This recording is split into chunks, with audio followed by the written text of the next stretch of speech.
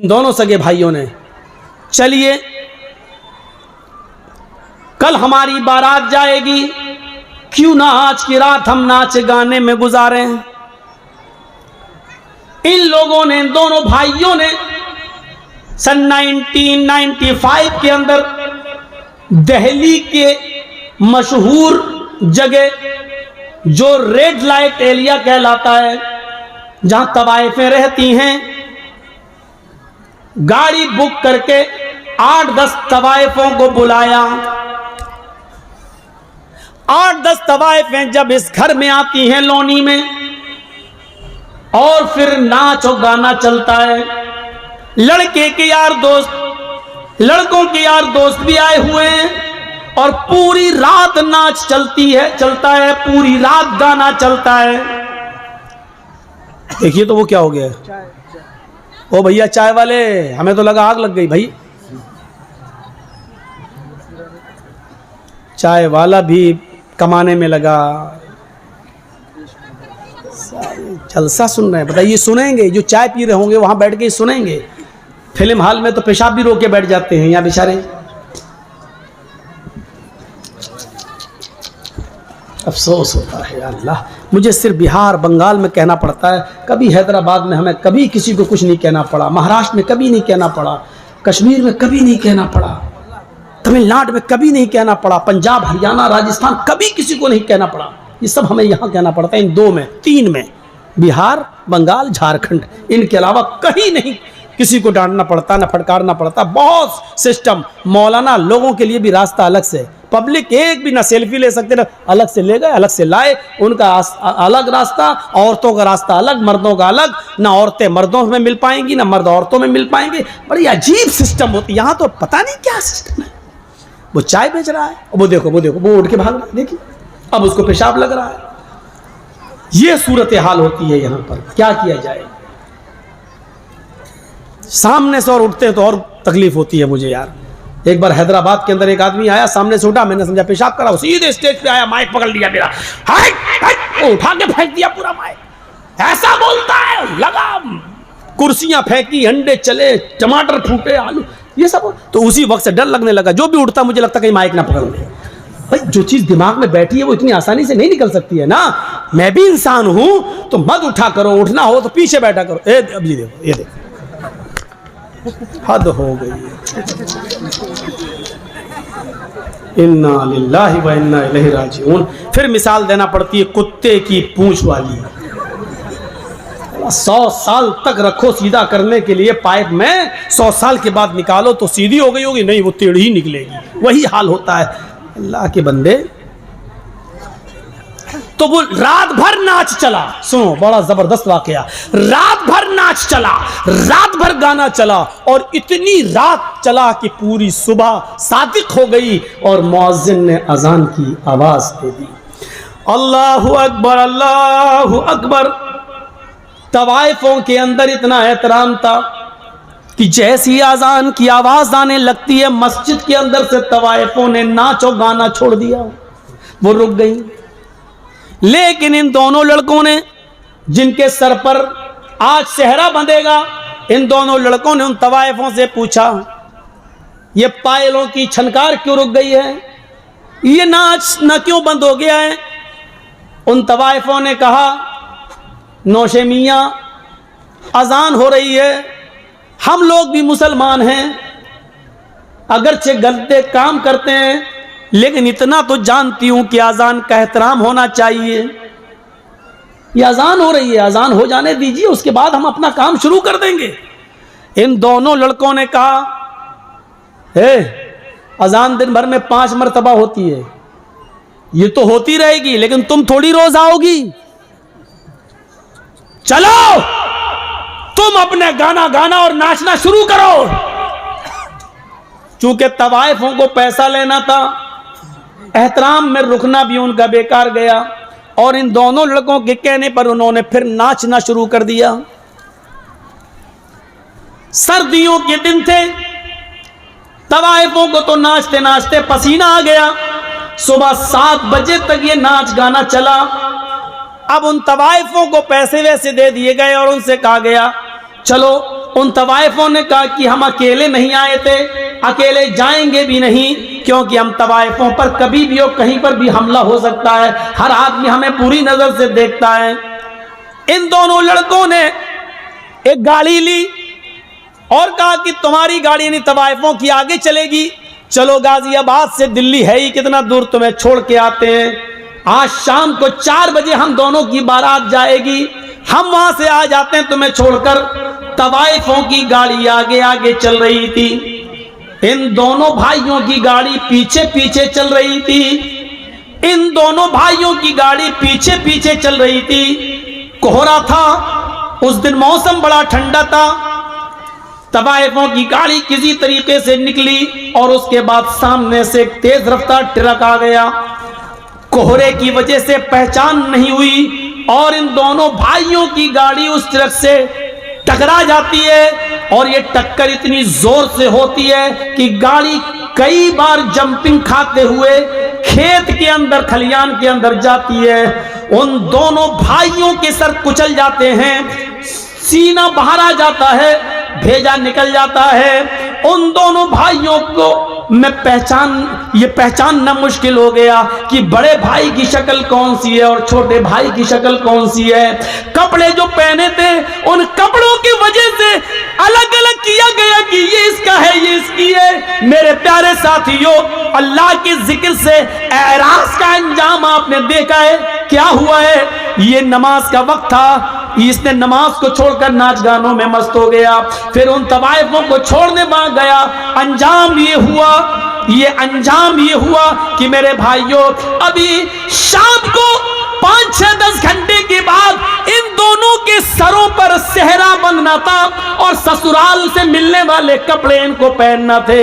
लेकिन अब इनके सरों पर सेहरा नहीं, ससुराल से दिए हुए कपड़े नहीं, अब इनके जिस्मों पर कफन पहनाया जा रहा है। गौर कीजिए, थोड़ी देर में कितनी हैसियत बदल जाती है।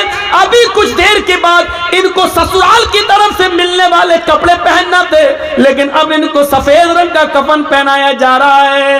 अभी कुछ देर के बाद अभी इनको ससुराल की तरफ बारात लेके निकलना था, लेकिन अब ये बारात लेकर नहीं बल्कि कब्रिस्तान की तरफ निकलने वाले हैं। अभी इनका सफर एक लड़की के गांव में होने वाला था, अब इनका सफर कब्रिस्तान की तरफ हो गया है। गौर कीजिए, अल्लाह के जिक्र से एराज का नतीजा क्या निकलता है।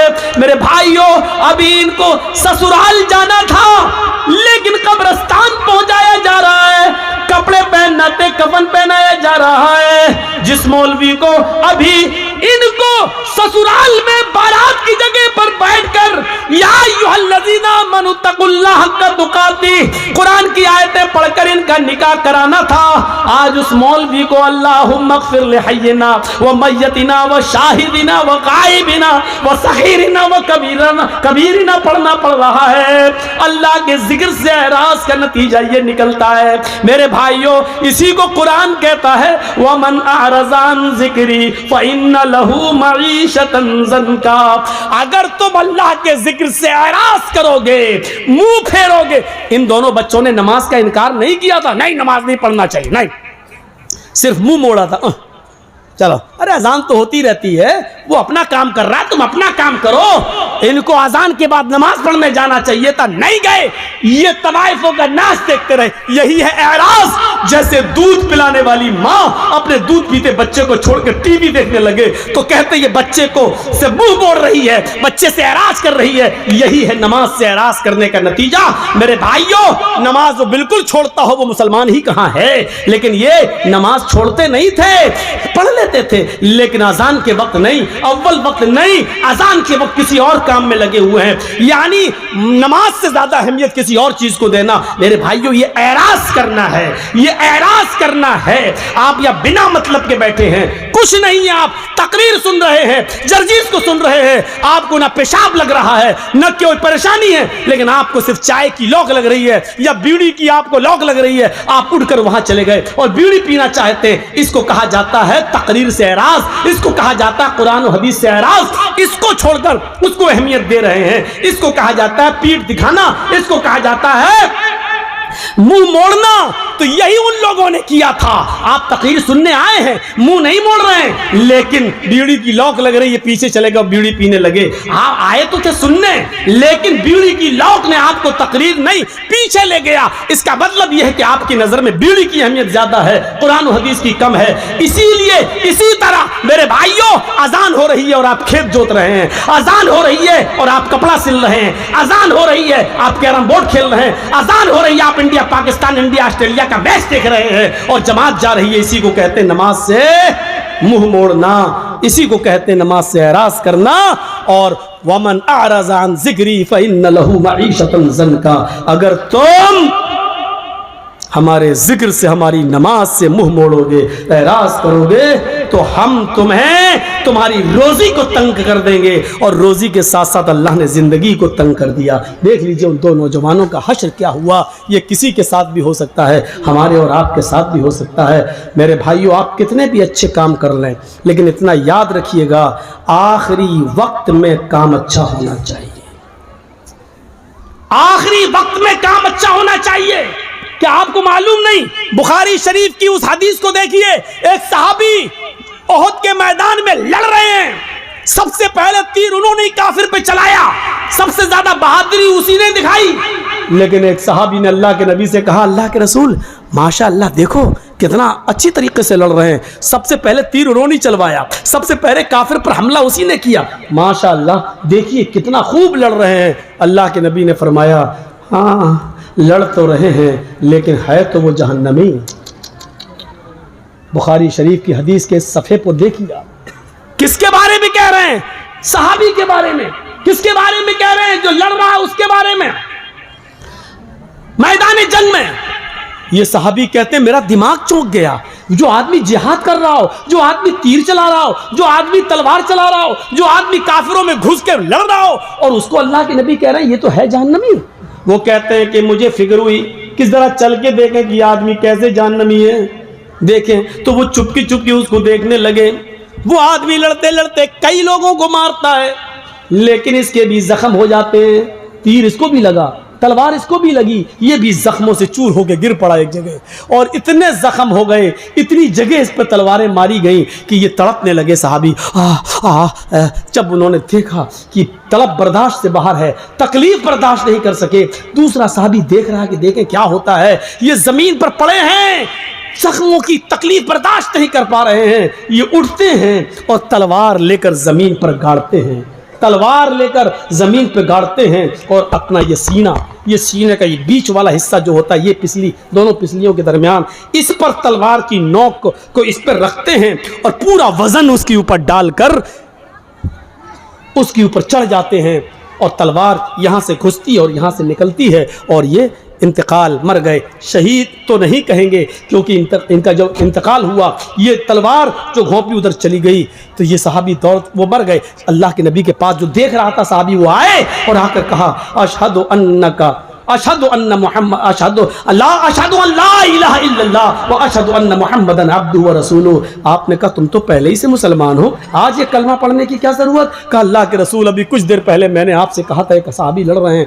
कितने बहादुर हैं। आपने कहा हाँ है तो वो जहन्नमी, आज मैंने अपनी आंखों से देखा। आपने कहा क्या हुआ उसका? कहा अल्लाह के रसूल बड़ी बहादुरी से लड़ा, लेकिन आखिरी वक्त सब्र नहीं कर सका, तकलीफें बर्दाश्त नहीं कर सका, उसने अपनी मौत में जल्दी कर ली। उसने तलवार जमीन पर गाड़ के अपना सीना जमीन पर रख के उस पर बोझ वजन रख दिया और इंतकाल हो गया उनका। आपने फरमाया मेरे साहबी, आपने फरमाया हाँ, एक इंसान जिंदगी भर अच्छे अमल करता है, पूरी जिंदगी नेक अमल करता है, यहाँ तक कि उसके और उसके जन्नत के बीच में सिर्फ एक बालिश का फासला रह जाता है। एक बालिश, यानी इतना अमल और कर ले कि वो जन्नत में चला जाए, लेकिन वहीं से अल्लाह उसको बदल देता है और जहन्नम जैसे अमाल करवाता है। मेरे भाइयों गौर करो, उस सहाबी ने कभी नमाज नहीं छोड़ी, उस सहाबी ने कभी रोजा नहीं छोड़ा, उस सहाबी ने कभी और कोई जंग नहीं छोड़ी, उस सहाबी ने कुछ नहीं, हमेशा नमाज, तहज्जुद की पाबंदी, सब कुछ। लेकिन जहन्नम में क्यों जा रहे हैं? क्योंकि उन्होंने खुदकुशी कर ली जो हराम है, खुदकुशी कर ली जो हराम है। अगर तुम्हें तकलीफ हुई थी तो उस पर सब्र करते, अल्लाह रब्बुल आलमीन इस तकलीफ को तुम्हारे गुनाहों का कफारा बनाता और सब्र करते तो अल्लाह तुम्हें जन्नत देता, लेकिन उन्होंने मौत में जल्दी कर ली, तकलीफ बर्दाश्त नहीं हो सकी और इंतकाल। अल्लाह के नबी ने कहा वो जहन्नम के अंदर जाएंगे। अंदाज़ा लगाइए आप, हम और आप चाहे कितने जल्द से सुन लें, चाहे कितनी नमाजें पढ़ लें, लेकिन अगर हमारा इंतकाल के वक्त आखिरी उम्र में आखिरी वक्त अगर हमारा इंतकाल सही रास्ते पर और सही अमल पर नहीं हुआ, और आखिरी वक्त किसका कब आ जाए कुछ नहीं कहा जा सकता। हम कल मर जाए, कल मौत आ जाए, किसको मालूम है कब किसका इंतकाल हो जाए? क्या किसी ने गारंटी ली है? हजरत अब्दुल्ला इब्ने उमर फरमाते हैं कि अल्लाह के नबी ने मेरा कांधा पकड़ा, ये कांधा, अखज़ बिमन कबिय्य फ़क़ाल या अब्दुल्लाह कुन फ़ी दुनिया कअन्नका गरीब औ आबिरु सबील इज़ा अमसैता फला तंतज़िर सबाह व इज़ा अस्बहता फला तंतज़िर मसा। आए अब्दुल्ला, इस दुनिया में मुसाफिर की तरह रहो। जब बिस्तर पे सोने जाओ, जब रात में बिस्तर पे सोने जाओ तो सुबह यह मत सोचना कि हम जिंदा उठेंगे, और जब सुबह उठो तो यह मत सोचना कि शाम को तुम जिंदा रहोगे, और शाम का इंतजार करो, पता नहीं सुबह या शाम तक तुम मुर्दों में लिख के जाओ या जिंदों में लिख के जाओ, क्या मालूम।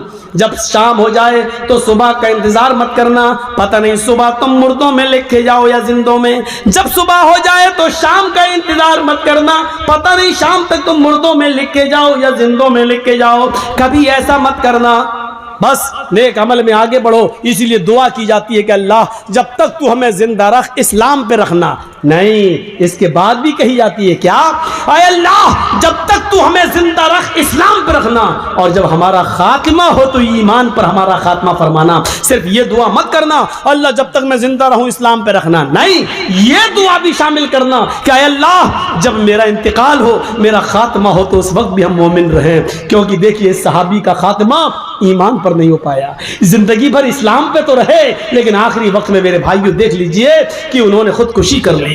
आखिरी वक्त में खुदकुशी करने वाले की नमाज जनाजा जायज नहीं है, खुदकुशी करने वाले को मुसलमानों के कब्रिस्तान में दफन करना जायज नहीं है। कितने लोग खुदकुशी कर लेते हैं, कितने लोग। मेरे भाइयों इन चीजों को देखो, अल्लाह के नबी सल्लल्लाहु अलैहि वसल्लम ने तो एक और निशानी बताई थी, और क्या कहा था, युस्बिहुर रजुलु मुमिनन व युमसी काफिरन व युमसी मुमिनन व युस्बिहु काफिरन यबीउ दीनहु बिइरज़िम मिनद दुनिया। लोगों, कयामत के आने से पहले तुम एक निशानी देख लेना, ये तुम अपने सोसाइटी में देख लेना, और देख लो अपने यहाँ झांक कर देख लो ये हो रहा कि नहीं। एक मुसलमान युस्बिहुर रजुलु मुमिनन, सुबह उठेगा तो मोमिन होगा, लेकिन शाम होते होते काफिर हो जाएगा। शाम को मोमिन होगा, सुबह उठते उठते काफिर हो जाएगा।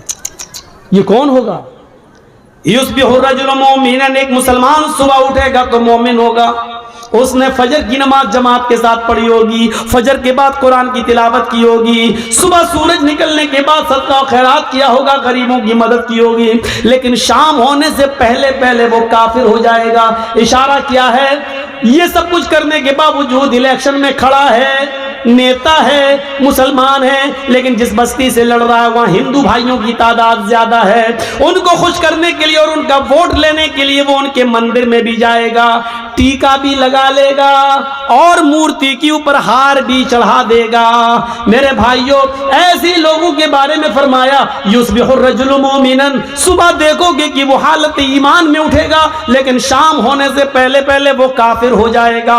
अपनी सोसाइटी पर, अपने समाज में नजर डाल के देखो कि ऐसे कितने लोग मौजूद हैं जो गैर मुस्लिमों का वोट पाने के लिए टीका भी लगा लेते हैं और मूर्तियों पर हार फूल भी चढ़ा देते हैं। हमारे हिंदुस्तान का कानून हमें जबरन मजबूर नहीं करता है। हमारे इंडिया का लॉ ये कहता है कि आप मुसलमान हैं, आप इस्लाम पर खूब जोर से अमल कीजिए, लेकिन आप हिंदू धर्म को या किसी भी धर्म को बुरा मत कहिए।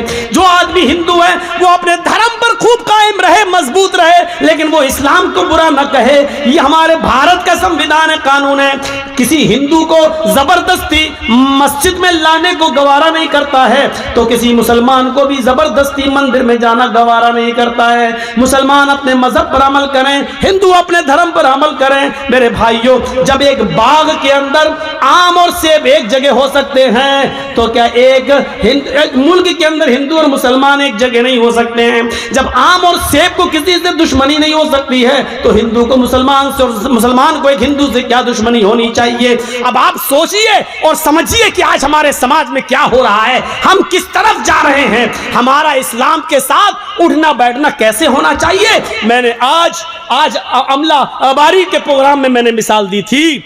आप क्या समझते हैं? ये बिजली का खंभा है मान लो, और आम के पेड़ लगा हुआ है आपके बगल में, और हवा चली, 2-4 पत्ते टूटे और आम के पेड़ पे चिपक गए। ये बिजली के खंभे पे चिपक गए, तो आप क्या समझ, ये बिजली का खंभा जिस पे आम के 10 पत्ते चिपक गए, तो क्या ये बिजली का खंभा आम का पेड़ हो जाएगा? आप मुझे, ये आम का पेड़ है, चलो मान लो ये बिजली का खंभा है, एक मिसाल, और ये आम का पेड़ लगा है, और हवा चली, आम के पत्ते टूटते हैं और बिजली के खंभे पे चिपक जाते हैं। 10, 15, 20 पत्ते टूटे और पेड़ पे चिपक गए, खंभे पे चिपक गए। तो देखने वाला कह रहे हैं बिजली के खंभे पे आम के पत्ते, तो क्या वो बिजली के खंभे को आम का पेड़ कहना शुरू कर देगा? और जो बिजली के खंभे को आम का पेड़ कहे वो बेवकूफ है कि नहीं? क्यों? अरे चंद पत्ते टूटकर उस पर चिपक गए तो बिजली का खंभा आम का पेड़ कैसे हो सकता है?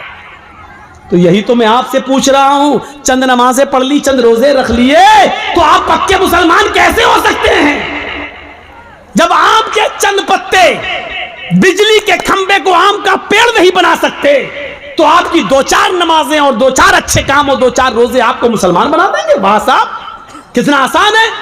जिस तरीके से आम के पेड़ पर टूटकर बिजली के खंभे पर चिपके हुए पत्तों से बिजली का खंभा आम का पेड़ नहीं बन सकता, और जो उसको आम का पेड़ कहेगा वो पागल है, उसी तरीके से 2-4 नमाजें और 2-4 रोजे रखने के बाद कोई आदमी किसी को मुसलमान समझता तो वो भी पागल है। अब आम का पेड़ किसको कहोगे? जो अपनी जड़ से भी आम हो, जो अपने तने से भी आम हो, जो अपनी शाखाओं से भी आम हो, जो अपने पत्तों से भी आम हो, और जो अपने फल से भी आम हो, उसको आप कहेंगे क्या? आम का पेड़। तो हम मुसलमान उसी को कहेंगे जो जड़ से, जिसके अंदर इस्लाम घुसा हो, उसके तना भी इस्लामी हो, उसके पत्ते भी, उसका उठना बैठना लेटना सोना जागना खाना पीना सब, शादी नमाज रोजे सब कुछ इस्लामी हो। क्या हमारी शादियां इस्लामी हो रही हैं?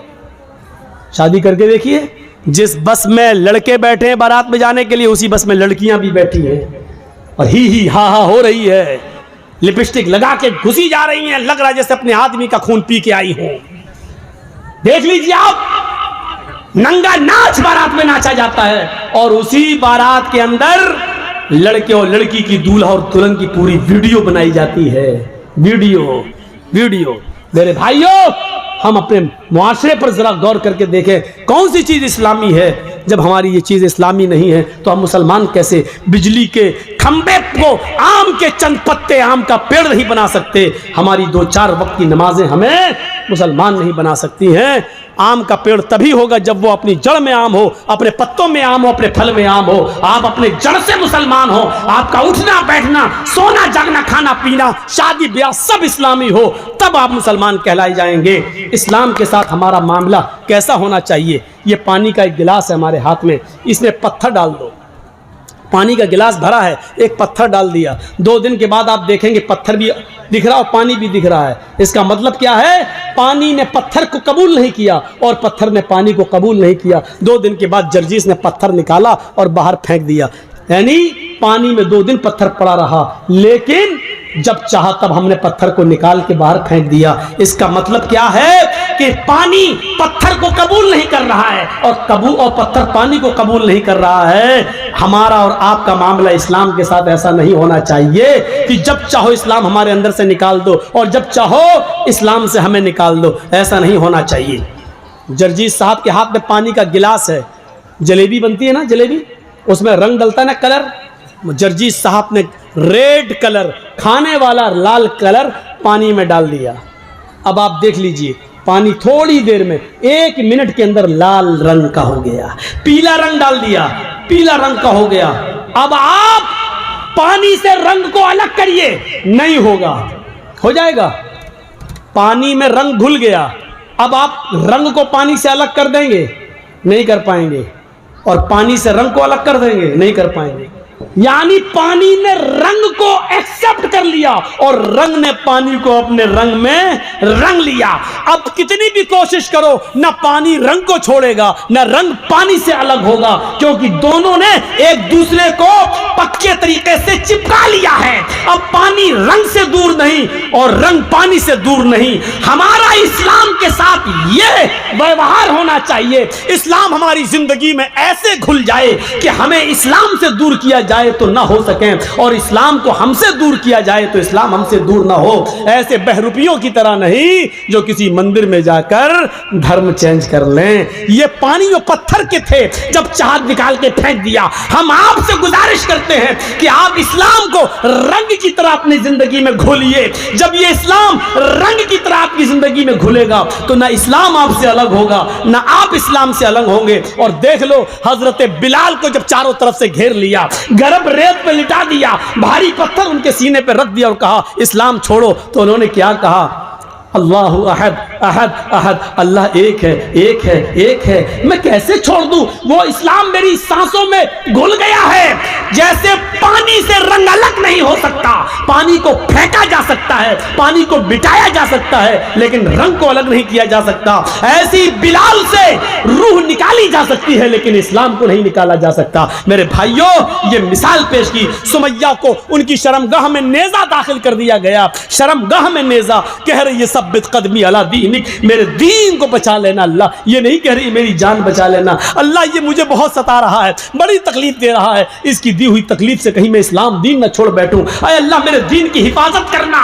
फिर सुमैया की जान ले ली गई। 2 ऊंट मंगाकर 2 पैर बांध दिए गए। एक का पैर पूरब की तरफ चेहरा और दूसरे ऊंट का चेहरा पश्चिम की तरफ किया। कहा सुमैया, इन कोड़े को मारने जा रहा हूं, ये ऊंट भागेंगे, तू चिर जाएगी, बीच से तेरे 2 टुकड़े हो जाएंगे। कहने लगी गवारा है, लेकिन इस्लाम छोड़ना गवारा नहीं है।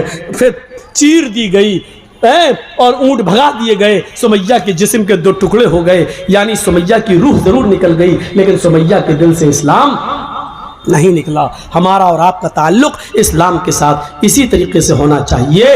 मेरे भाइयों, मुझे बोलते हुए 2 घंटे हो चुके हैं। मैं आपसे रुखसत होते होते इतना कहूँगा, आपसे मुझे अभी लंबा सफ़र करना है और मुझे पटना, और पटना से हमारी फ़्लाइट है, और पटना से हमारी फ़्लाइट है, फिर हमें दूसरे स्टेट की तरफ रवाना होना है। मेरे भाइयों, हम अल्लाह से दुआ करते हैं और दुआ से पहले एक गुजारिश कर देते हैं आपसे कि मैं आपसे रुखसत होता हूँ। 5 मिनट का मैं टाइम आपको स्टेज पे दूंगा। इदारे को जितना चंदा होना चाहिए था नहीं हो सका। आप हमारे हाथ पर इतना सुनने के बाद अब देखते हैं आपको हमसे कितनी मोहब्बत है और मेरे हाथ पे इस इदारे को क्या देते हैं। अल्लाह ताला आपको इसका अजर अजीम अता फरमाएगा। अल्लाह ताला हमें जब तक जिंदा रखे इस्लाम। 70 साल के एक मरीज को हार्ट की बीमारी होती है। डॉक्टर ने ईको करवाया, हार्ट की जांच करवाई और करवाने के बाद उसने कह दिया कि तुम्हारे हार्ट का ऑपरेशन होगा। उसने ऑपरेशन कर दिया, ऑपरेशन कामयाब हो गया। जब एक डॉक्टर उस 70 साल के बुजुर्ग के पास जाता है तो उसको 8 लाख रुपए का बिल पकड़ा देता है। लीजिए, आपके हार्ट के ऑपरेशन में यह खर्चा आया है। इस 70 साल की बुजुर्ग ने जब अपना बिल देखा तो उसकी आंखों में आंसू आ गए। डॉक्टर ने कहा, भाई क्यों रो रहे हो, परेशान क्यों होते हो? अगर इस बिल में ज्यादती है और तुम इतना नहीं दे पाते हो तो 1, 2, 3 लाख रुपए हम कम कर देते हैं। चलो ऐसा करो कि हम 2 लाख डिस्काउंट कर देते हैं, तुम 6 लाख दो। इस 70 साल के बुजुर्ग ने जवाब दिया, नहीं नहीं डॉक्टर साहब, बिल 8 लाख का है, इसलिए मैं नहीं रो रहा हूं। हम तो 10 लाख का बिल भी अदा कर सकते थे, लेकिन रोना मुझे सिर्फ इस बात पे आ रहा है कि आपने आज थोड़ी देर के लिए मेरे दिल को संभाला तो उसका बिल 8 लाख की शक्ल में मुझे दे दिया। मेरे रब ने 70 साल तक वो मेरे दिल को कंट्रोल किया रहा, मेरे दिल को संभाले रहा, वो मेरे दिल की हरकत को बरकरार रखे रहा, न ज्यादा होने दिया न कम होने दिया। लेकिन मेरे रब ने 70 साल तक मेरे दिल की हिफाजत की, लेकिन आज तक उसने मुझे कोई बिल नहीं दिया। आज तक उस परवरदिगार ने मुझे कोई टैक्स के लिए पे अदा करने के लिए कुछ नहीं दिया। मेरे भाइयों, इस मकाम पर लाकर अपने आप को सोचिए कि दिल संभालने वाला वो है, बॉडी संभालने वाला वो है, जिस्म के दरमियान तवाजुन रखने वाला वो है। आज तक वो तुम्हें टैक्स नहीं देता। हम इसके बदले में इतना भी नहीं कर सकते कि अपना सर जमीन पर रखकर, अपनी नाक जमीन पर रखकर इस बात का इकरार कर ले, अल्लाह मैं तेरे सामने अपनी नाक रगड़ रहा हूं क्योंकि अजीज तू है, हम जलील हैं। अल्लाह, हमने जमीन पर अपना सर रख दिया, हम तेरे गुलाम हैं और तू मेरा मालिक है। क्या हम इस बात का भी इकरार नहीं कर सकते अपने रब के सामने? ये हमें और आपको सोचना पड़ेगा, हमें और आपको इस चीज की तरफ गौर करना पड़ेगा कि हम अल्लाह की कितनी बड़ी नेमतों के पाने के बावजूद हम उसका हक अदा नहीं कर पा रहे हैं। हमारी और आपकी हालत क्या है? जर्जीत साहब से किसी की लड़ाई हो गई, आज जर्जीत साहब के बेटे की शादी है, वो मेरा दुश्मन है, हम उसको नहीं बुलाएंगे। हट चल, शादी हो गई, पड़ोसी को पूछा तक नहीं। हमारे बेटे की शादी में वही आएगा जो मेरा मुरीद होगा, मेरा दोस्त होगा। जर्जीत साहब ने अपने दोस्तों की लिस्ट बनाई और शादी अपने बेटे की सारे दोस्तों को बुलाया, लेकिन एक भी दुश्मन नहीं आया। बुलाया ही नहीं तो आएगा क्यों? ये छोटा बड़ा हम सोच सकते हैं, ये दुश्मनी हमारी हो सकती है। हम अपने दुश्मन को देखना गवारा नहीं करते, हम अपने दुश्मन को अपने दस्तरखान पर बिठाना गवारा नहीं करते। लेकिन जरा रब की रहमत पर नजर डाल के देखो, वो कहता है अल्हम्दुलिल्लाहि रब्बिल आलमीन। और दुनिया वालों, मैं सिर्फ मुसलमानों का रब नहीं हूँ, मैं हिंदुओं का भी रब हूँ, मैं ईसाइयों का भी रब हूँ, मैं क्रिश्चियन का, मैं जैनियों का और मैं सिखों का भी रब हूँ। अगर एक मुसलमान को मैं खिलाता हूँ तो एक हिंदू को भी मैं खिलाता हूँ, एक ईसाई को भी मैं खाने को देता हूँ। अगर मैं हवा चलाता हूँ तो इससे एक मुसलमान को अगर फायदा होता है तो हिंदू के घर तक भी जाती है। अगर इस बारिश से हम गल्ला उगाते हैं तो मुसलमानों का उगाते हैं, तो गैर मुस्लिमों का भी उगाते हैं। ओ लोगों, हमसे सीखो, हमारे दरमियान कोई दुश्मनी नहीं है। हमने अगर इस दुनिया में किसी से दुश्मनी की होती तो दुनिया में वो आदमी जीता ही कहाँ है। लेकिन हमारी नजर में दुनिया की हैसियत कुछ है ही नहीं है। लौकानत दुनिया तादिलु इंदल्लाहि जनाह बऊज़तिन मा सका काफिरन मिनु शुरबत माइन। और दुनिया वालों, अगर अल्लाह की नजर में मक्खी के एक पर के बराबर, मच्छर के एक पर के बराबर भी इस दुनिया की इज्जत होती, अल्लाह इस दुनिया को मच्छर के पर के बराबर भी अगर इज्जत देता, अगर मच्छर के पर के बराबर भी इस दुनिया की शान और शौकत अल्लाह की नजर में होती, तो मासका काफिर मिनु शुरबत माइन, तो अल्लाह इस दुनिया से किसी काफिर को एक घूंट पानी भी नहीं पिलाता। लेकिन दुनिया की कोई हैसियत अल्लाह की नजर में है ही नहीं, मच्छर के पर के बराबर भी दुनिया की हैसियत नहीं। इसलिए पियो, खाओ, दौड़ो, बदमाशियां करो, जो करना हो करो, आखिर मरकर जाओगे कहां? आना तो मेरे ही पास है, तुम्हारा रिमोट कंट्रोल तो मेरे ही पास है। टीवी पर हमारी बीवियां कुछ भी देख रही हो, सीरियल, अब वो नाच रही है, नाचे, जब चाहे तब हटा दे। रिमोट कंट्रोल तो आपकी बीवी के हाथ में है, जब चाहे दबा दे और वो स्क्रीन बदल जाएगी, वो पर्दा बदल जाएगा, दूसरा चैनल लग जाएगा। मेरे भाइयों, भागो कितना भाग सकते हो, पियो शराब कितनी पी सकते हो, खेलो जुआ कितना खेल सकते हो, नमाजों से बगावत करो कितना कर सकते हो, जो चाहो करो, लेकिन जाओगे कहां? आओगे तो मेरे ही पास, तुम्हारा कोई वजूद नहीं है, जाओगे कहां? मौलवी जर्जीस ने देखा इंदिरा गांधी को 16 गोलियां उसके बॉडीगार्ड ने मार दी। अल्लाह इस देश के तो प्रधानमंत्री भी अपनी जान नहीं बचा पा रहे हैं, तो मेरी जान क्या बचाएंगे। इंडिया में तो मौतें आ रही हैं। जर्जीस भाग कर इंडिया छोड़कर पाकिस्तान की सरजमीन पर गया और पाकिस्तान की धरती ने पूछा, जर्जीस तुम यहाँ क्यों आए हो, इंडिया छोड़ के क्यों आए हो। मैंने कहा राष्ट्रपति मरते हैं, प्रधानमंत्री मरते हैं, वहां मौतें हो रही हैं, इसलिए मैं आया हूं, ये मुसलमानों का मुल्क है। पाकिस्तान की सरजमीन जवाब देती है, तूने बेनजीर भुट्टो की दास्तान नहीं सुनी है, जनरल जियाउल हक की दास्तान तूने नहीं सुनी है। उसको उसके दांतों से पहचाना गया, जब मरा तो उसकी शक्ल तक नहीं पहचानी जा रही थी। तूने जुल्फकार अली भुट्टो को तख्तेदार पे लटकता हुआ नहीं सुना। अरे उधर तो कम मरे इंडिया में, पाकिस्तान में तो भरोसा ही नहीं है। यहाँ कब कौन किसकी गोली से मार दिया जाए, पाकिस्तान में भी तुम महफूज नहीं हो। जर्जीस इराक की सरजमीन पर गया, इराक की धरती ने कहा अगर यहाँ जिंदगी किसी को मिल सकती थी तो सद्दाम जैसे आदमी को मिल सकती थी, इसलिए कि अमेरिका की आंखों में आंखें डालकर उसी ने जुर्रत की है, उसी ने बहादुरी दिखाई है। लेकिन मौत ने उसको भी अपने शिकंजे में ले लिया। जब पकड़ा गया तो बंकरों के अंदर पाया गया, दाढ़ी बढ़ चुकी थी, मूछें बढ़ चुकी थी, शक्ल से पहचान में नहीं आ रहा था। इराक ने कहा तुम सऊदीया चले जाओ, वहां तुम्हारी जान बच जाएगी। जर्जीस इराक की सरजमीन से भागकर सऊदीया की सरजमीन पर आता है। सऊदीया की सरजमीन में रियाज में उतरता है। रियाज ने पूछा क्यों आए हो, जवाब दिया इसलिए कि इंडिया में मरते हैं, पाकिस्तान में मरते हैं, इराक में मरते हैं, ईरान में मरते हैं, यहाँ इसलिए आए कि मेरी जान बच जाए। रियाज की सरजमीन ने कहा यहाँ पर भी जान नहीं बचेगी, इसलिए कि देखो शाह फैसल को उसके भतीजे ही ने मर्डर कर दिया, उसके भतीजे ने मार डाला, बाद में उसको भी कत्ल किया गया। हाँ यहाँ पर भी बादशाहों का मर्डर हुआ, कत्ल हुआ।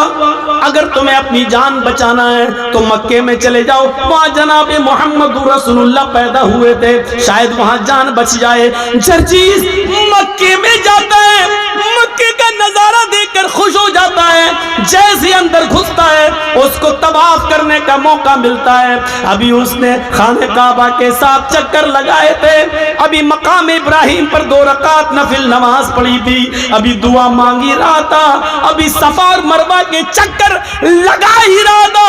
इतने में अजान की आवाज आती है, अजान के लिए नमाज पढ़ी जाती है। जर्जीस नमाज पढ़ने लगा, खुश है, आज ऐसी बस्ती में आया हूँ जहाँ मोहम्मद रसूलुल्लाह पैदा हुए, यहाँ मेरी जान बचेगी, यहाँ कभी मौत नहीं आएगी। जर्जीस ने जब जोहर की नमाज पढ़ के सलाम फेरा, इमाम हरम ने नमाज पढ़ाकर सलाम फेरा, अस्सलामु अलैकुम व रहमतुल्लाह। मुअज्जिन खड़ा होता है, कहता सलातु अलल अमवात, कुछ जनाजे आए हुए हैं, आप रुकिए, उन जनाजों की नमाज जनाजा पढ़ी जाएगी। मेरे भाइयों, जर्जीस ने सबसे ज्यादा जनाजे मक्के ही में देखे हैं। जोहर में जनाजे की आवाज, असर में जनाजा पढ़ा जा रहा है, मगरिब में जनाजे पढ़े जा रहे हैं, इशा में जनाजे की नमाज जनाजा हो रही है, मगरिब में नमाज जनाजा पढ़ा जा रहा। अल्लाह, इतनी मौतें तो हमने इंडिया और पाकिस्तान में भी नहीं देखी। यहाँ तो सबसे ज्यादा हर नमाज में 5-6 जनाजे आ रहे हैं। लोगों ने कहा तुम्हें अपनी जान बचाना तो मदीने चले जाओ। मदीने जाता हूँ, मदीने की सरजमीन पर अभी असर या मगरिब की नमाज पढ़ने का मौका मिलता है। आवाज आती है क्यों आए हो, जान बचाने के लिए। अगर इस हस्ती दुनिया में किसी की जान अगर बची होती तो आज साहिब कब्र मौजूद ना होता, आज इस रोज़े अक़दस के अंदर मोहम्मद रसूलुल्लाह की कब्र ना होती। इस कब्र के अंदर अल्लाह का सबसे ज्यादा लाडला, अल्लाह का सबसे ज्यादा प्यारा, अल्लाह का सबसे ज्यादा महबूब बंदा इस कब्र में मौजूद है। जर्जीस, मौत ने उसको भी अपने शिकंजे में ले लिया है, फिर तुम कैसे बच सकते हो? हाशा कल्ला, नहीं। कुछ लोग कुरान पढ़ रहे थे, लोगों से पूछा मैंने ये क्या पढ़ रहे हैं, लोगों ने जवाब दिया ये कुरान पढ़ रहे हैं। मैंने पूछा ये कुरान क्या है, जवाब मिला ये अल्लाह की आखिरी किताब है, कयामत तक के तमाम मसाइल का हल इस किताब के अंदर मौजूद है। मौलवी जर्जीस मुस्कुराया, जब कयामत तक सारे मसाइल का हल मौजूद है तो मौत का मसला भी हल होगा। ये किताब हमें हमेशा जिंदा रहने का भी तरीका बताएगी। जर्जीस ने भी वुजू बनाया और कुरान लेकर बैठ गया। नीयत तो ये थी कि जिंदगी भर जिंदा रहे, कभी मौत ना आए, कुरान में ऐसी आयत मिल जाए। लेकिन जर्जीस जब कुरान पढ़ रहा था तो कुरान ने भी टंके की चोट पर ऐलान करके कह दिया, ऐनमा तकूनू युदरिकुमुल मौत वलौ कुंतुम फी बुरूजिन मुशय्यदा। नहीं जर्जीस, मौत से बचने का कोई रास्ता कुरान में भी नहीं है। तुम जहां भी हो, जिस जगह भी रहो, मौत तुम्हें उधर आ जाएगी, पकड़ के रहेगी। चाहे पहाड़ों की कोह में चले जाओ, समंदर की तारीकियों में चले जाओ, आसमान की बुलंदियों पर कमंद डाल दो, चांद पे रहने लगो या सूरज तक पहुंच जाओ, कहकशाओं तक पहुंच जाओ, अंतरिक्ष तक पहुंच जाओ, कहीं भी चले जाओ, जहां तुम जा रहे हो मौत तुम्हारे पीछे पीछे जा रही है। कुल इन्नल मौतल्लज़ी तफिर्रून मिन्हु फइन्नहु मुलाक़ीकुम। तुम जिस मौत से भाग रहे हो भाग नहीं सकते। तुम जहां खड़े हो वही मौत तुमसे मुलाकात करने के लिए, वो तुमसे ज्यादा तेज स्पीड में दौड़ रही है, वो तुमसे ज्यादा तेज स्पीड में आ रही है, वो तुमसे ज्यादा तेज स्पीड में तुम्हारा सफर कर रही है, तुम्हारे पास आकर रहेगी, तुम्हें अपने शिकंजे में लेकर रहेगी, तुमसे मिलकर रहेगी। फइन्नहु मुलाक़ीकुम, वो तुमसे मुलाकात करके रहेगी। मुलाकात किसको कहते हैं? सलाम अलैकुम। वालेकुम सलाम।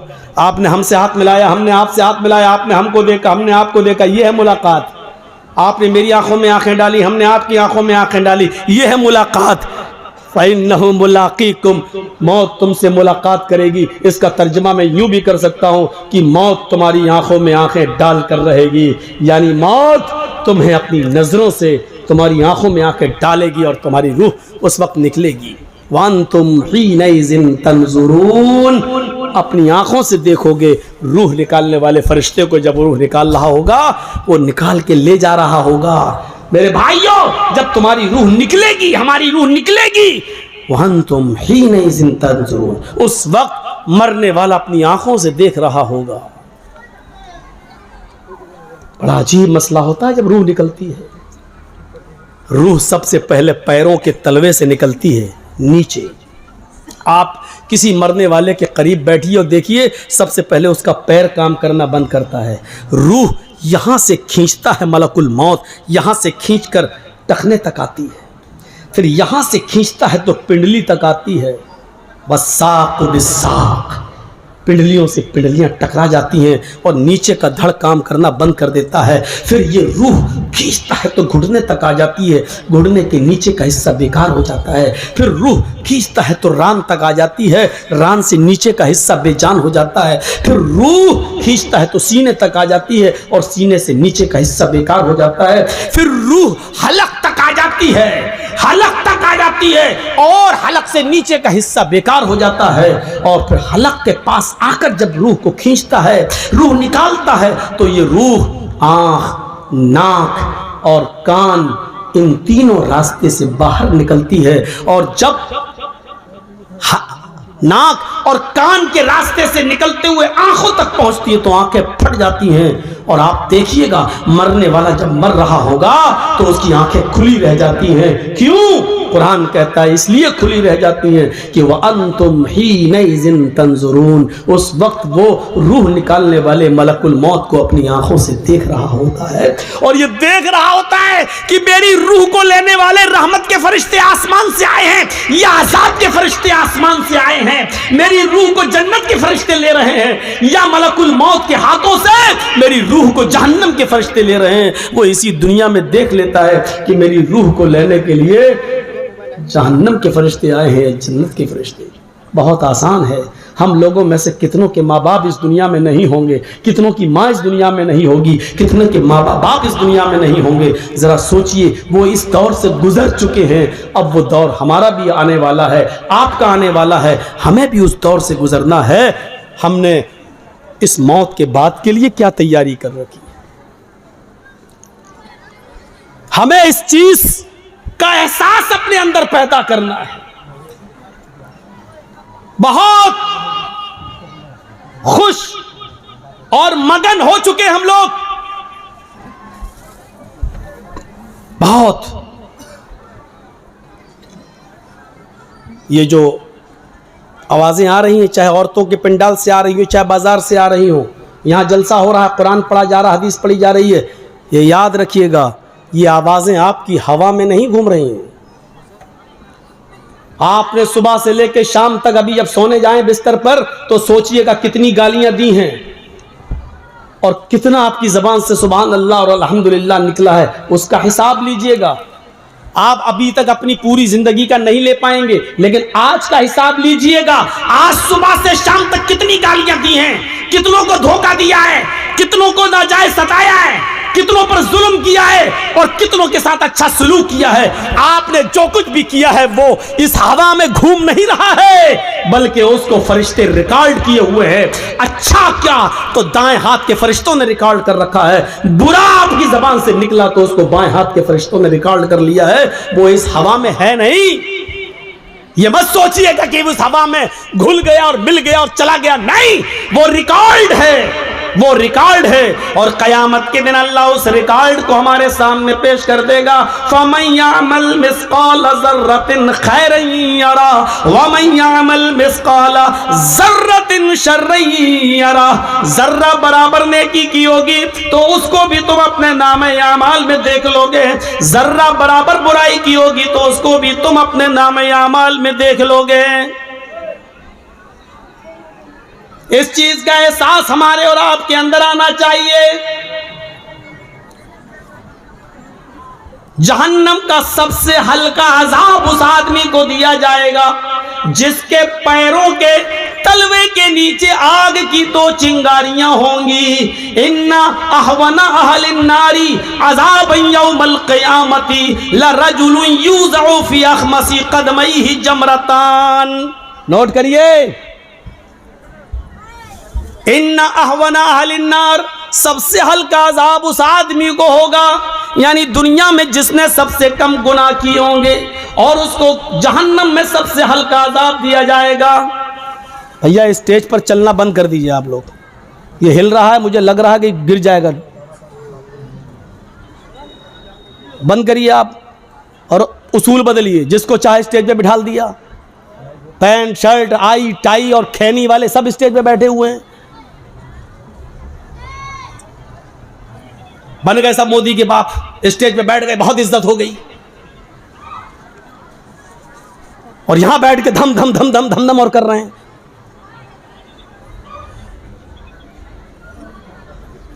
इन्ना अहवना अहलिन नारी अज़ाबन यौमल क़ियामती, सबसे हल्का अजाब उस आदमी को दिया जाएगा कयामत के दिन। लरजुलुन युज़अु फी अख़मसी क़दमैहि जमरतान, जिसके पैरों के तलवों के नीचे आग की 2 चिंगारियां रख दी जाएंगी। चिंगारी, कभी बीड़ी पिए हो? हाँ, वो तो बहुत लोग होंगे ऐसे।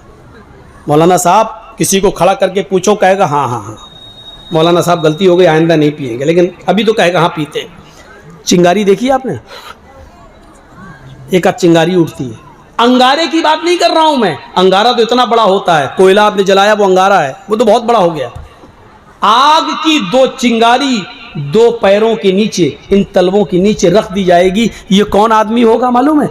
जिसने सबसे कम गुनाह किए होंगे और दुनिया जहन्नम में जिसको सबसे हल्का अजाब हो रहा होगा। हम लोगों ने सबसे कम गुनाह किए हैं, ये तो बाद ही में पता चलेगा कम किए कि ज्यादा किए।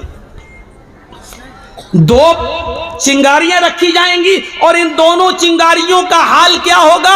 यग़ली मिनहुमा दिमागुहु, इन दोनों चिंगारियों से उसका दिमाग खौल रहा होगा हांडी की तरह। जैसे गोश्त उबलता है ना, हांडी में आप गोश्त रख दीजिए और थोड़ी देर के लिए आग पर रख दीजिए, उसके बाद देखिए हो आवाज आती है ना, चूल्हे पर आवाज। यग़ली मिनहुमा दिमागुहु, इन दोनों चिंगारियों से उसका दिमाग खौल रहा होगा।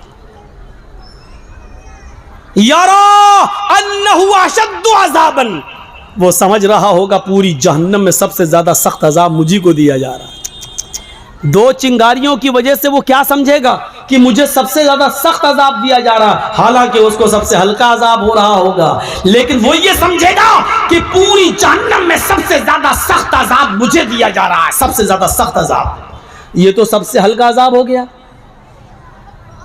अब अल्लाह जाने सबसे हल्का अजाब किसको मिले, कौन हो जिसने सबसे कम गुनाह किए। ये तो सबसे हल्का अजाब हो गया, लेकिन सबसे ज्यादा सख्त अजाब किसको दिया जाएगा, वहां नाम आए हैं। सबसे ज्यादा सख्त अजाब किसको दिया जाएगा, वहां अल्लाह के नबी ने नाम लिए हैं। इन्ना अशद्द अज़ाबन यौमल क़यामती अल मुसव्विरून। आखिरत के अंदर सबसे ज्यादा सख्त अजाब, सबसे ज्यादा हार्ड अजाब उसको दिया जाएगा जो दुनिया में तस्वीरें बनाया करता है, जो दुनिया में तस्वीरें लिया करता है। खुलकर क्यों ना कह दूं, जो अपने मोबाइलों में सेल्फी लेता है, फोटो खींचता है, किसी मौलवी के साथ वो सेल्फी लेकर फख्र करता है, अपनी दुकान में मौलाना को बिठा के सेल्फी लेकर उसके प्रचार करता है। इन्ना अशद्द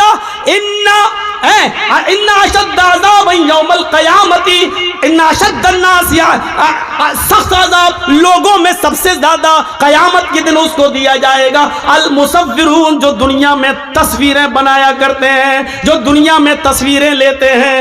लो लो बेटा लो, खींचो। क्या हो गया, वीडियो कर रहे हो, ये नहीं बन रही वीडियो। आइए अभी जर्जी साहब तकरीर खत्म करेंगे। मौलाना साहब हो गए जन्नतुल फिरदौस के मालिक, बहुत अच्छा, अपने दोस्तों में शेयर करेंगे। देखिए जर्जी साहब से मुलाकात करके आए हैं, मिल के आए हैं। ये छोड़िए, अपनी आखिरत को बर्बाद मत कीजिए। जलसे क्यों करवाते हो? अगर ये सख्त बात सुनने के हक में नहीं सुनने की ताकत नहीं है तो जलसे कराना छोड़ दो, छोड़ दो। 4.5 लाख मदरसे पूरे हिंदुस्तान के अंदर, 4.5 लाख मदरसे, 50 लाख से ज्यादा उलमा, 20 करोड़ से ज्यादा मुसलमान। कभी मुहासिबा किया है, कभी हिसाब लिया है? 4 लाख से ज्यादा मदरसे, 50 लाख से ज्यादा मौलाना, और नमाजियों का परसेंटेज सिर्फ 2%। इन 20 करोड़ मुसलमानों में मस्जिदों में नमाज का परसेंट अगर जोड़ो तो सिर्फ 2%। जुमे में 5% हो जाता है, रमजान में थोड़ा सा और बढ़ जाता है, क्योंकि मौसम आता है। मौसम है ना, आम का मौसम आया तो आम, मौसम गया तो आम, पता नहीं चलता है। ऐसे ही मौसमी मुसलमानों को आप जानते हो कौन है? जो रमजान के मौसम में नमाज पढ़ते हैं। मौसम गया तो आम और फ्रूट की तरह ये भी बेचारे मस्जिदों से गायब हो जाते हैं। कभी मुहासिबा करा? गुस्सा आ रहा है ना, आना चाहिए। गुस्सा जिंदों को आता है, मुर्दों को नहीं आता। आना चाहिए। इस बात पर नहीं आना चाहिए कि एनआरसी लागू होगी, क्या होगा। इस बात पर गुस्सा नहीं आना चाहिए कि एक आदमी इस्लाम छोड़कर दूसरे मजहब में चला गया, नहीं आना चाहिए। उस पर तो अल्लाह का शुक्र अदा करना चाहिए कि बारे अल्लाह तूने इस्लाम को ऐसे गंदे लोगों से महफूज कर लिया है। उस पर गुस्सा आने की जरूरत नहीं। कुरान से 26 आयतें बदलने चला था, अल्लाह ने दिखा दिया जो कुरान को बदलने की कोशिश करेगा अल्लाह उसको इसी तरीके से बदलेगा। दुनिया में इससे बड़ा मौजिज़ा और क्या हो सकता है? हिंदुस्तान में जो हुआ है, चला था कुरान बदलने, अल्लाह ने उसी को बदल दिया। ले, यह है तेरा अंजाम। तो इस पर गुस्सा नहीं आना चाहिए। मैं तो उस अल्लाह का शुक्र अदा करता हूं कि बारे अल्लाह बहुत अच्छा हुआ है, बहुत अच्छा हुआ है। पहले मुस्लिम बनकर जब इस्लाम के खिलाफ बोलता था तो तकलीफ होती थी, अब गैर मुस्लिम बनकर बोलेगा तो कोई तकलीफ नहीं होगी, इसलिए कि इस्लाम को तो 1400 साल से बराबर दुश्मन गैरों ने नुकसान पहुंचाने की कोशिश की लेकिन नहीं पहुंचा पाए। तो अब ये क्या कर लेगा? न 3 में न 13 में क्या कर लेगा? कोई हैसियत नहीं है। गुस्सा इस बात पर नहीं आना चाहिए, गुस्सा इस बात पर आना चाहिए कि आपने हिसाब क्या लिया है, हिसाब क्या दिया है। हिसाब जिंदों से लिया जाता है, मुर्दों से नहीं।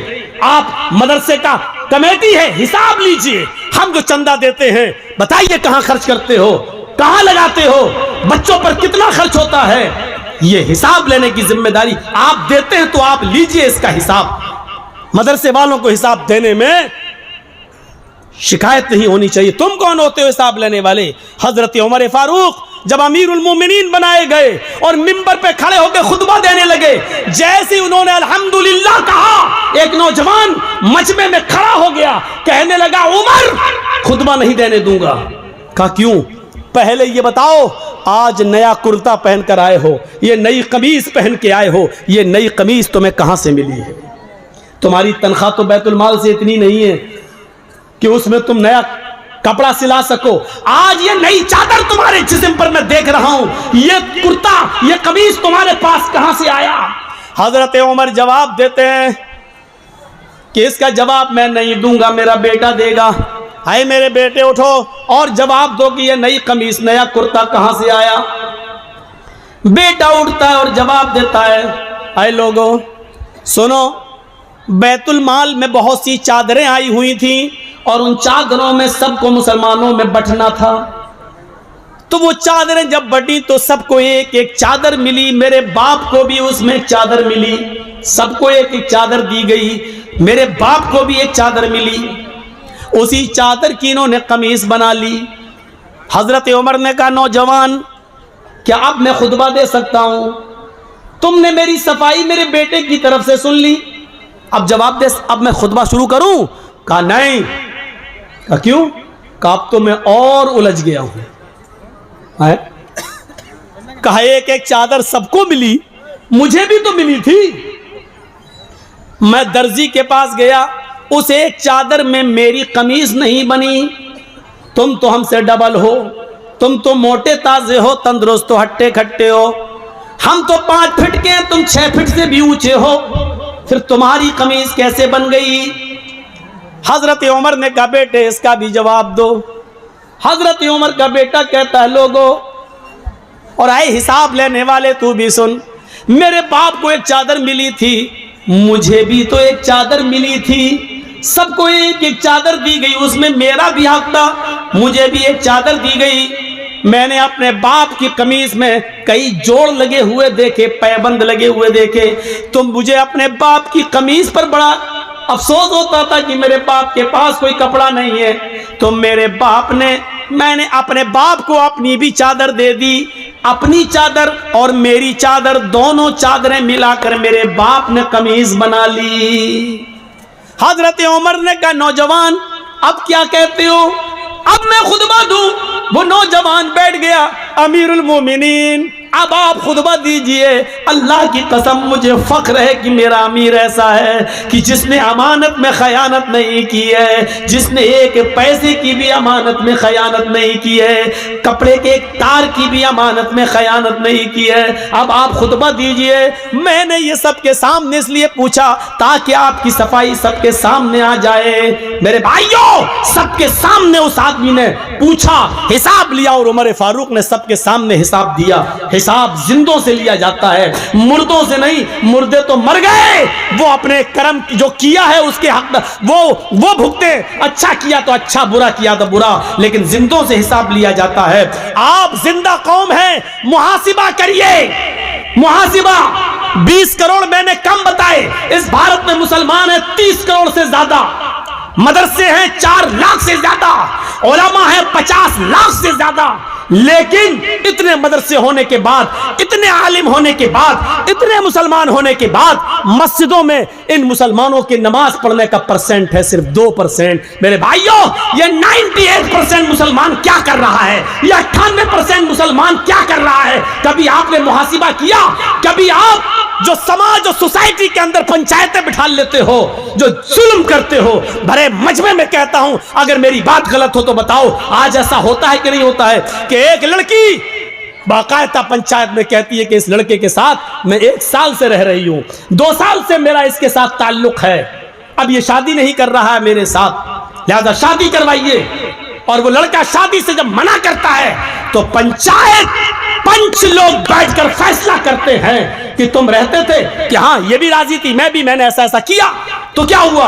अब पंचायत फैसला क्या करती है? 5 लाख रुपया तुम दो, या तो शादी करो, और शादी नहीं कर रहे हो तो लड़के से 5 लाख, 2 लाख, 1 लाख रुपया लेकर लड़की को दिया जाता है कि जाओ तुम अपना घर बसा लो। बताओ ऐसा होता है कि नहीं होता है? और ये पंचायत में ये फैसले किए जाते हैं कि नहीं किए जाते हैं? ऐसा भी होता है, लड़का किसी लड़की को लेके भाग गया, समाज सोसाइटी में बुराई हुई, बुलाया गया, लड़का लड़की को लेके आ गया, पंचायत बैठती है और पंचायत में ये लड़की का बाप रोता है, अब मेरी लड़की कहीं मुंह दिखाने के लायक नहीं रही। पंचायत बैठती है और पंच फैसला करते हैं कि तुम इस लड़की से शादी करोगे? साहब शादी नहीं करेंगे, मेरे घर वाले तैयार नहीं। लाइए 2 लाख रुपया दो, और लड़की को दे दिया जाता है। मैं पूछना चाहता हूं कि लड़की अपनी मर्जी से जब भागी है, लड़का भी अपनी मर्जी से भागा है, पंचायत बैठी है, सजा लड़के को ही क्यों मिल रही है? उससे 2 लाख रुपया लेकर फिर उसी लड़की को क्यों दिया जा रहा है? जब गलती दोनों की थी तो सजा दोनों को क्यों नहीं मिल रही है? एक तरफा सजा का क्या तमाशा है? ये मुझे बताइए, ये आपकी सजा क्या शरई सजा है? क्या कुरान और हदीस के मुताबिक सजा है? जबकि कुरान ये कहता है कि जिना के मामले में लड़की ज्यादा गलत होती है, लड़का कम। लड़की की तरफ से ज्यादती होती है और लड़के की तरफ से कम, क्योंकि कुरान ने कहा है अज़्ज़ानियतु वज़्ज़ानी फजलिदू कुल्ला वाहिदतिन मिनहुमा। जिना करने वाली लड़की और जिना करने वाला लड़का, इन दोनों को 100-100 कोड़े मारो। अल्लाह ने पहले लड़की कहा है, बाद में लड़का कहा है, क्योंकि जिना की शुरुआत और जिना की हिम्मत और जिना के लिए उकसाना लड़की की तरफ से पहले होता है। लड़का ठीक है भगा रहा था, लेकिन लड़की अगर भागने का इशारा न करती तो कभी जिंदगी के अंदर लड़का उस लड़की को भगा नहीं सकता था। मेरे भाइयों, फिर लड़की को सजा न दी जाए और पैसा लेकर जुर्माना लड़की को दे दिया जाए। शर्म आनी चाहिए ऐसे पंचों को, और शर्म आनी चाहिए ऐसी पंचायत को जो बिल्कुल दोगला, नालायक और अखलाक से गिरा हुआ फैसला करते हैं। तुम्हें कयामत के दिन अल्लाह के यहां इसका जवाब देना होगा। भाग रही लड़की, साहब मुंह काला हो गया है, क्यों भागी? साहब चली गई, इसका मतलब बाप की गलती थी। क्यों दिया था तूने अपनी लड़की को एंड्रॉइड मोबाइल? क्यों चलाती थी व्हाट्सएप? क्यों चलाती थी मैसेंजर? क्यों चलाती थी फेसबुक? मोबाइल तो तूने लाकर दिया है ना, या चोरी छिपे लड़की मोबाइल चला रही हो, घर में लड़की की अम्मा तक को पता ना हो? सब मिली हुई होती हैं, अम्मा भी बिटिया से मिली होती है। इस मौके पर वो सीरियल याद आता है, बेटी भी कभी माँ भी कभी बेटी थी। हम सास भी कभी बहू नहीं कहेंगे। आज बेटी जो कर रही है, माँ जानती है कि बेटी क्या कर रही है, क्यों? माँ भी कभी किसी की बेटी थी।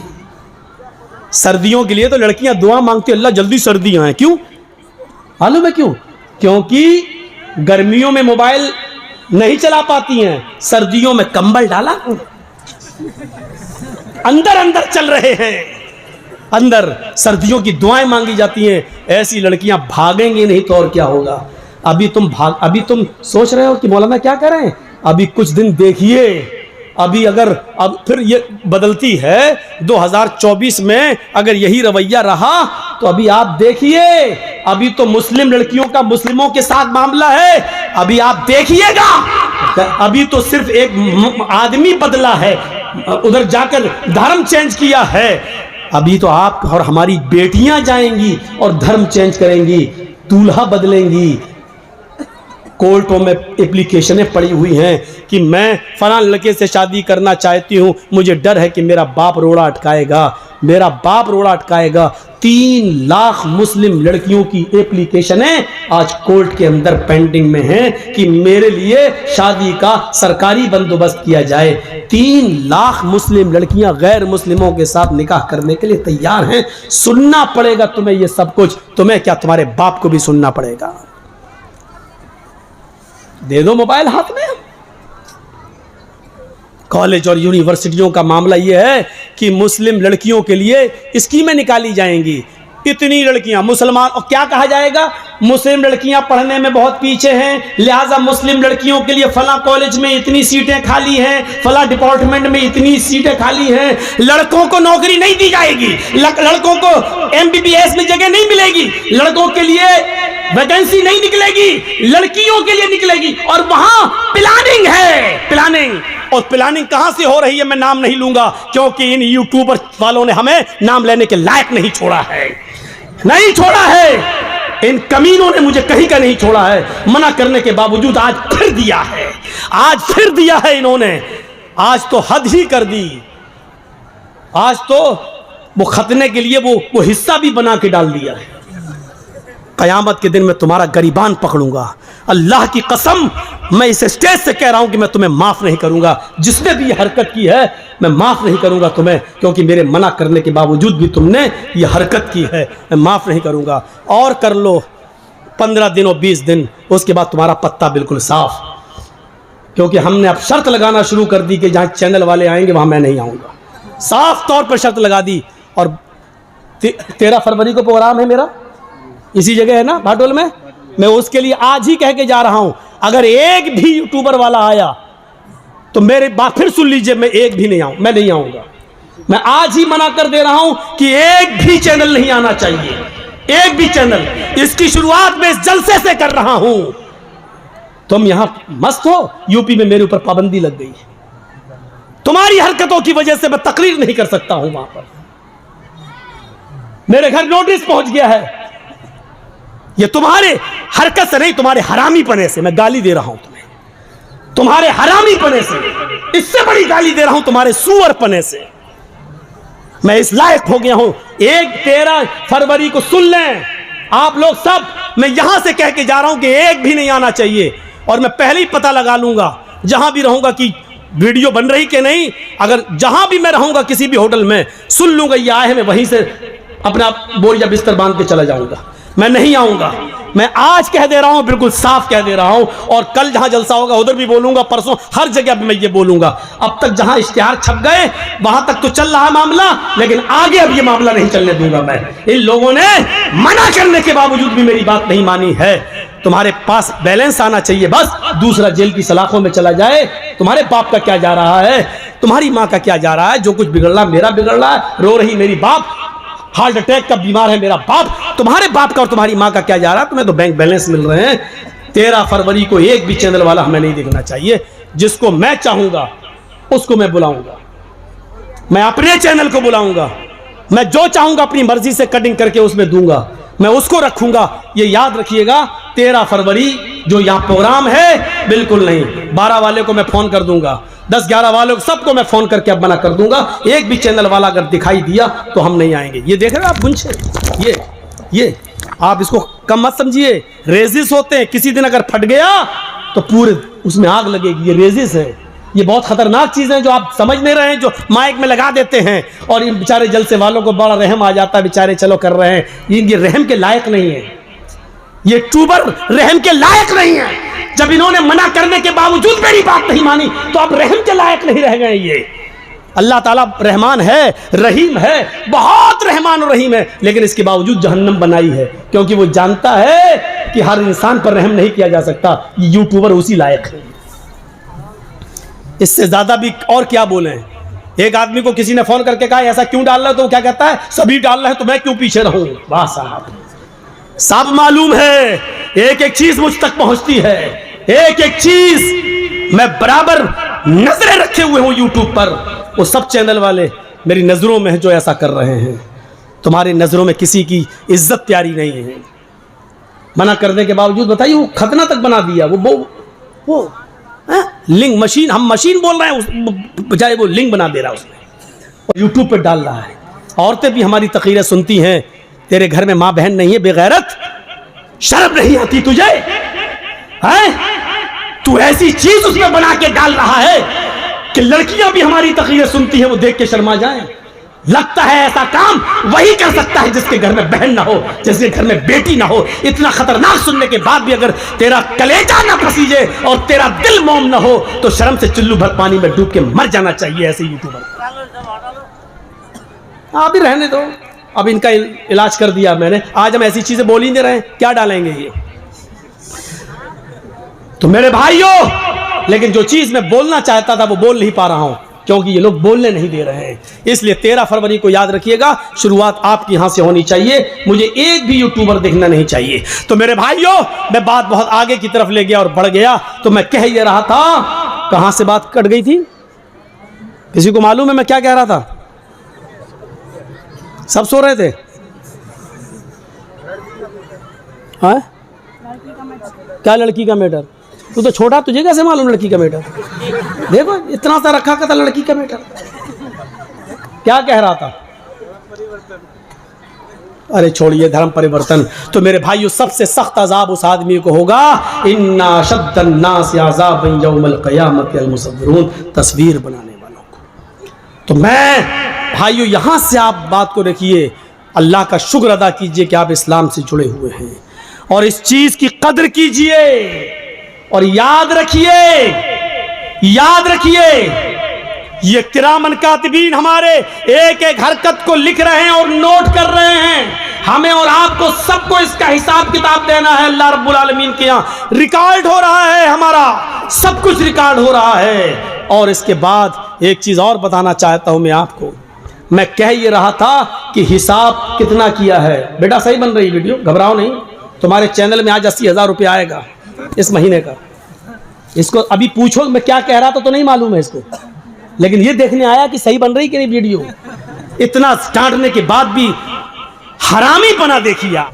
मैं कह यही रहा था कि हमें और आपको एक एहसास पैदा होना चाहिए।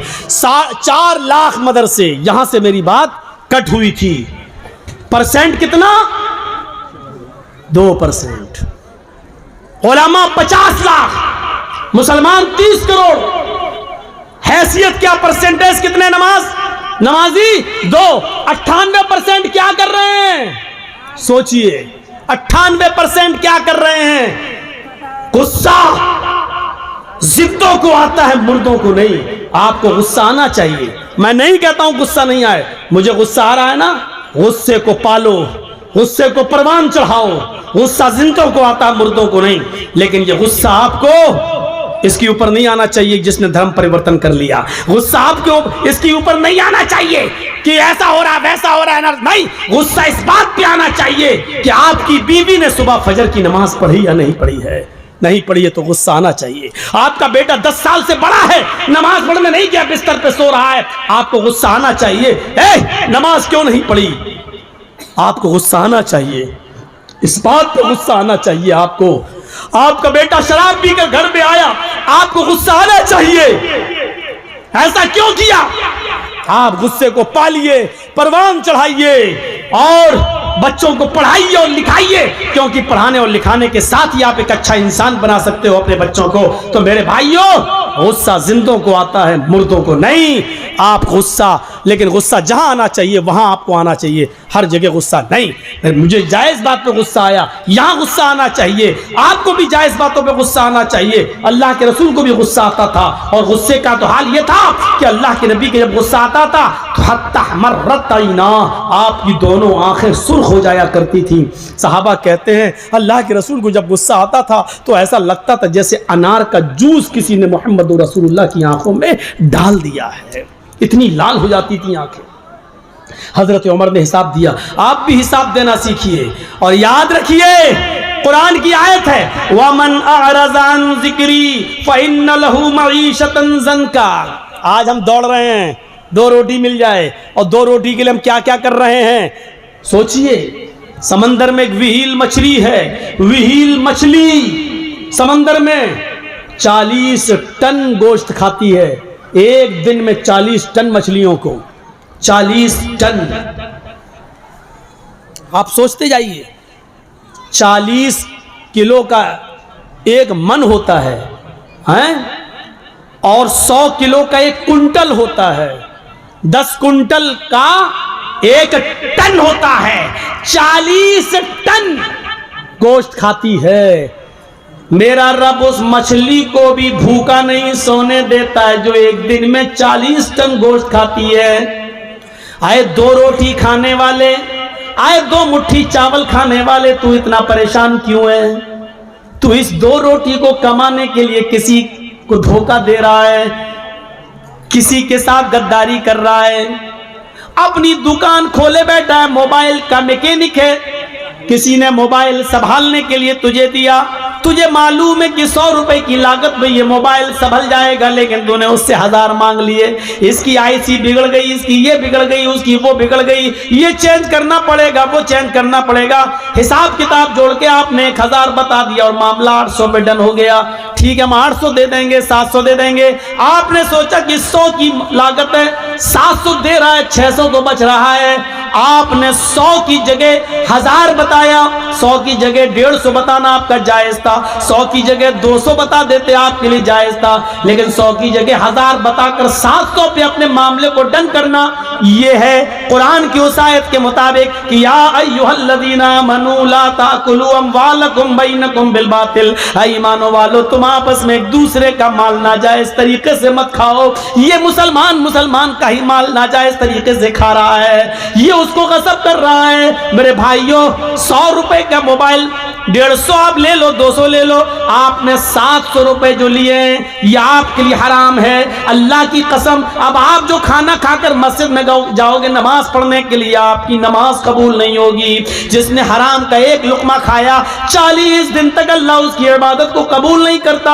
हम और आप सोचें हमारी रिस्क की तंगी क्यों हो रही है, हम इतना कमा रहे हैं लेकिन पैसा हमारे पास रुक क्यों नहीं रहा है। बहुत से लोगों को शिकायत, मौलाना पैसा तो बहुत है, कमाता हूं मैं एक दिन में 50-50 हजार रुपए, लेकिन रुकता नहीं है मेरे पास, पता नहीं कहां चला जाता है, पता नहीं कहां चला जाता है। तेरे सवाल का जवाब दिया है कुरान ने। भाई हर आदमी को यही शिकायत है ना, पैसा तो आता है मौलाना, मेहनत तो करता हूं, 500-600 हजार रुपए रोज कमाता हूं, लेकिन यार जितना कमाता हूं शाम तक कुछ नहीं बचता, मेरे हाथ में नहीं रहता है। कभी बेटा बीमार, कभी बेटी बीमार, कभी बाप बीमार, कभी अम्मा बीमार, कभी बीवी बीमार, यार रुकता नहीं है। तेरे सवाल का जवाब मौलवी के पास नहीं, कुरान में मौजूद है। वमन अअरज़ा अन ज़िक्री फ़इन्न लहू मईशतन ज़ंका, तुम अल्लाह के जिक्र से मुंह मोड़ोगे, एराज करोगे, तो अल्लाह कहता हम तुम्हारी रोजी को तंग कर देंगे। आइए 2-3 मिसालें सुन लीजिए, बड़ी अच्छी मिसालें दे रहा हूं।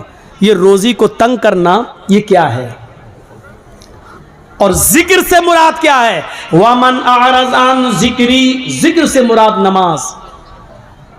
अल्लाह ने सूरह जुमा में फरमाया फ़इज़ा क़ुज़ियतिस सलात या अय्युहल्लज़ीना आमनू इज़ा नूदिया लिस्सलाती फसआऊ इला ज़िक्रिल्लाह। जब तुम्हें जुमे की नमाज के लिए, जुमे की अजान के लिए बुलाया जाए, जुमे की अजान जब दी जाए, पुकारा जाए जुमे की नमाज के लिए, तो क्या कहा, फसआऊ इला ज़िक्रिल्लाह, तो तुम दौड़ पड़ो अल्लाह के जिक्र के लिए। इससे मुराद क्या है, नमाज के लिए, तो तुम चलो नमाज के लिए, जिक्र से मुराद नमाज। यहां अल्लाह ने क्या कहा, वमन अअरज़ा अन ज़िक्री, जिसने मेरे जिक्र से एराज किया, मुंह मोड़ा, तो क्या कहा, फ़इन्न लहू मईशतन ज़ंका, हम उसकी रोजी तंग कर देंगे।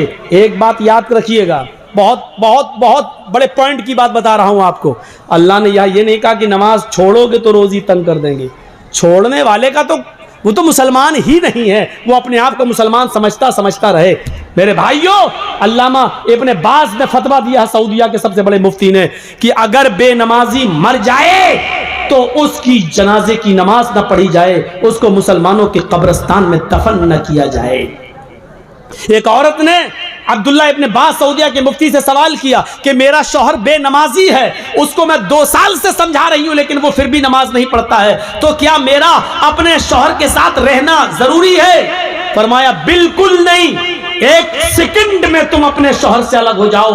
उसने फिर पूछा कि मेरा शौहर मुझे तलाक नहीं दे रहा है, मैं क्या करूं। अब्दुल्ला इब्न बाज ने फतवा दिया, तलाक की जरूरत ही नहीं है, क्योंकि तेरा शौहर 2 साल से नमाज नहीं पढ़ रहा है। जब वो मोमिन ही नहीं है, तू मोमिन है। मोमिन औरत किसी काफिर के साथ रह नहीं सकती है, वो तलाक नहीं दे रहा है, मत देने दे, ये निकाह अपने आप ऑटोमेटिक फिस्क हो जाता है। लिहाजा तू एक इद्दत हैज का गुजार, एक पीरियड गुजार, यानी 1 महीना तुझे आएगा, बस 1 पीरियड गुजारने के बाद तू अपना दूसरा निकाह कर ले किसी मोमिन से। तलाक की जरूरत ही नहीं है। क्योंकि वो तेरा शौहर ही नहीं है। मेरे प्यारे साथियों, गौर करो, अल्लाह ने यहां क्या कहा है, नुक्ता याद रखिएगा, नुक्ता। हद कर दिया आप लोगों ने। चलिए करिए जो कुछ कहना है। एक तो बच्चा हेरा गया, मेरा मेहमान है बच्चा। चलिए कहिए जो कुछ कहना, वो माइक रखा वो बोलिए ना। बच्चा हेरा गया, पैदा करना जानते हैं, बस तरबियत है ही नहीं। घर में घुसो, 5 बच्चे, किसी के 6 बच्चे, हर जलसे में बच्चा हेराता है। एक तो बच्चा हर जलसे में एक तो बच्चा हारिए गেছে। মেয়েটার নাম হলো শহর বানু, ওর বাড়ি হলো বাটা। ও আমার বাড়িতে, অর্থাৎ মেম্বারের বাড়িতে ও কুটুম আসছে। যদি আপনারা কেউ পেয়ে থাকেন আমার ঠিকানায় বাচ্চাটাকে দিয়ে যাবেন। বাচ্চাটার নাম হচ্ছে শহর বানু। अस्सलाम वालेकुम। इसकी माँ को सलाम करना चाहिए। यानी कितनी व्यस्त है चूड़ी और साड़ी दिखाने में कि बच्चे की फिक्र ही नहीं है। मुसलमानों के पास रह गया, पैदा करो, छोड़ दो आवारा साड़ की तरह गाय, बस। पैदा कर रहे हो तो कम से कम तरबियत भी होनी चाहिए यार। हर जलसे में सुनता हूँ एक बच्चा खो गया, कभी तो बच्ची रोती हुई आती है, कभी तो लगता है इसका बाप नहीं मिलेगा, हम ही को लेके जाना पड़ेगा। अजीब सा लगता है। तो नमाज छोड़ना तो अलग चीज है, उसके बारे में हम नहीं कह रहे हैं। वमन आरज़ान जिक्री, जिसने मेरे जिक्र से एराज किया। ये एराज क्या होता है सुनिए, दिल चाहता कि आज तुम्हें बताऊं।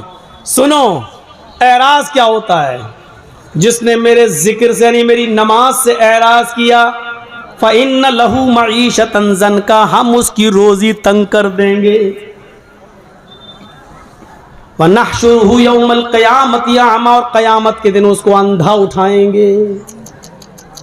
उसकी आंखें नहीं होंगी, आंखें होंगी लेकिन देख नहीं सकता, अंधा उठेगा। कौन? नमाज छोड़ने वाला नहीं, नमाज से एराज करने वाला। एराज करना क्या हुआ, एक मिसाल तो यही मिल गई। ये एराज करना है, जैसे एक औरत का बच्चा खो गया और अम्मा को फिक्र ही नहीं बच्चे की, वो अपनी चूड़ी में लगी हुई है, वो अपनी चप्पल दिखा रही है, कितने की, ये तेरी बिंदी कितने की, ये साड़ी कितने की। इसको कहा जाता है कि इसने अपने बच्चे से एराज किया है। ये है, यानी बच्चे को फेंका नहीं है, हटाया नहीं है, छोड़ा नहीं है, लेकिन बच्चे की फिक्र नहीं है। ये क्या हुआ, एराज करना।